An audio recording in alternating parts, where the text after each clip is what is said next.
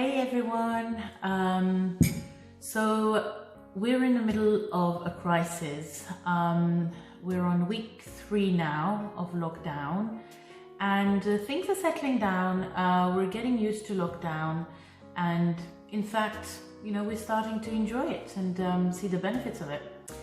So the biggest challenge or the biggest change that's happened during lockdown, one of the biggest changes, is the remote working from home strategy that a lot of companies have started, had to change to. And I'm joined here by my husband, Zameer Nazarali, who's an employment lawyer and an HR specialist. And he I thought was the best person to talk to us about this because his business model is based on remote working. So Zameer, tell us how it's worked out for you and what are the benefits of it? Yeah, thanks for having me. So yeah, as you can imagine, we're seeing a lot of challenges amongst our client bank because they are having to, as Doreen said, switch to remote working and home working due to the current situation we're facing.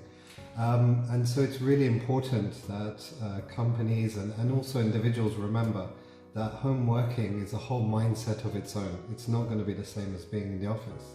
So can you give us some tips on how to work properly from home? Is there any sort of model that you follow? Yeah, 100%. I think it's very much about discipline and about getting yourself geared into the work zone. So number one tip is keep your routine as if you're going to work. So that means, getting up in the morning, put your power clothes on, avoid wearing your lounging around clothes, your shorts and t-shirt, unless that's what you're used to, so that you have the feel in yourself that you're going to work. Number 2... It puts you in that mindset, isn't it? Yeah, absolutely. Puts you in that mindset, yeah. Absolutely. And also the other thing as well was to kind of go out of your house and actually go for a 15-minute walk, which, mirrors the commute that you would be having. And then, so that disconnects you from your house, and then when you come back, you go straight into your area. Yeah, 100%. And while you're doing that commute, try and keep it productive as you would on the train, for example. You might listen to an audiobook, you might read your Kindle. So try and factor that in as well so you can keep your self-development going. So number 2, so what would you say the second? So I'd say try and have a specific location within the house. So have a corner, have a table, have an office space, have somewhere you can actually go into work. Really important because it gets you in the zone, you're in the arena, and it's just as important when you want to disconnect and go home. Okay. Yeah, that's very true. I think having a dedicated area where everybody knows in your house that, this is now my working time and, nobody disturbs me. So that you manage people's expectations, the ones living at home, especially because you have kids and spouses at home all the time, 24/7. So that's important to make sure that everybody knows that that's your area, and it puts you as well in that mindset that, okay, this is my work zone and I need to be in that zone, isn't it? 100%. And I think that leads us nicely onto the next tip, which is try and embrace your surroundings. So as Doreen said, have your dedicated place and that manages expectations, but also factor in your social aspects of the day. So you would have gone to the kitchen to make a tea and see a colleague. Instead, go to the kitchen, make a tea and sit down with your children, have a chat, but keep it disciplined. Don't be there for hours and hours on end because you have responsibilities and you have work to do. But also let them know you're around and make the most of it. It's good fun.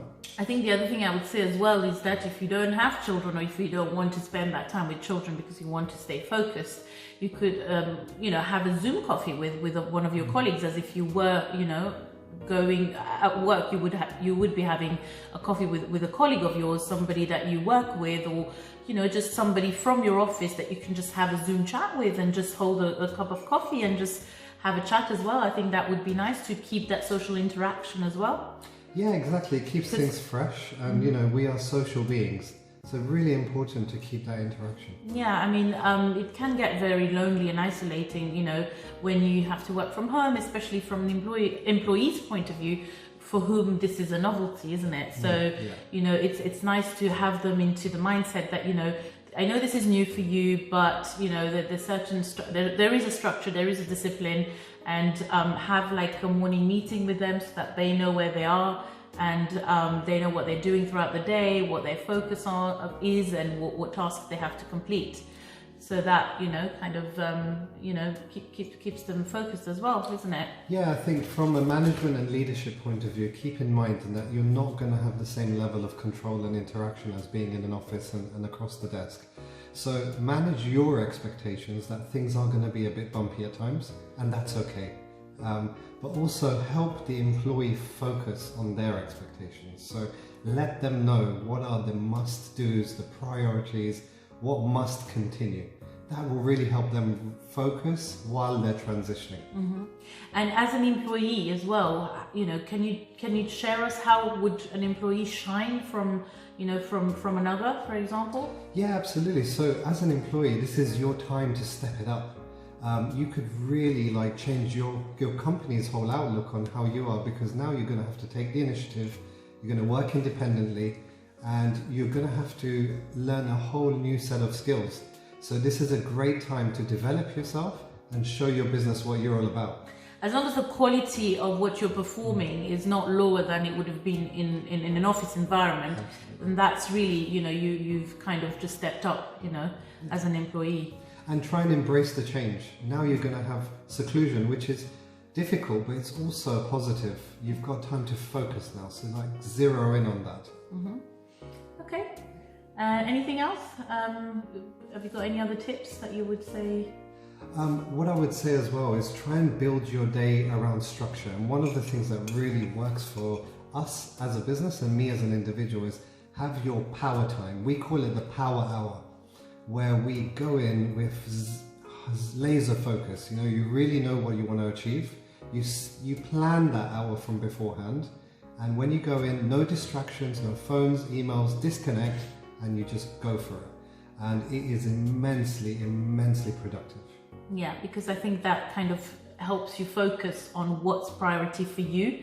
Because other people will try and call you, email you, WhatsApp you, because they have their own priorities that they want, that requires your attention. But for you, it's important to, you know, for you to be able to move forward in the day.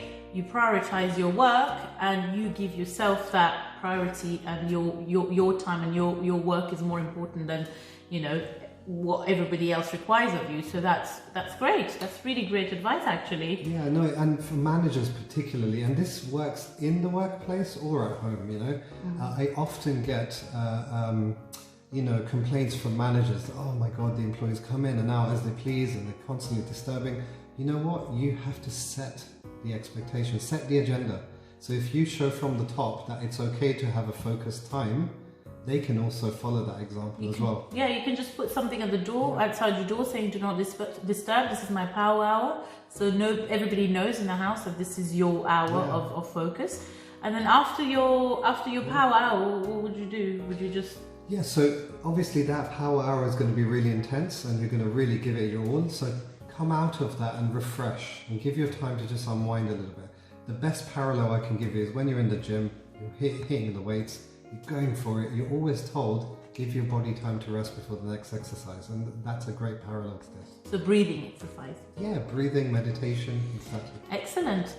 And the other thing as well would be, I think in this kind of very, very unprecedented time where everybody's just watching the news to see what's happening next, is not to get bogged down in the negativity that's going around, because then it really can get you very much down, and it can affect your capacity, capacity to perform as well, isn't it? Yeah, 100%. You can get swept away, and let's be honest, it's a challenging time in life. There is a lot of doom and gloom. There is a lot of sad stories out there, and we must take time to acknowledge that. And there's a place for that as well, you know. But also, we don't want to get swept away so much so that we can't control our own emotions and we get dragged down. So important to try and embrace your own positivity. Find your silver lining. Summary, number one, you mentioned routine. Have a timetable, have a routine where, you know, everybody, you know what you're doing throughout the day, and your employees as well would know as well what they're expected throughout the day as well.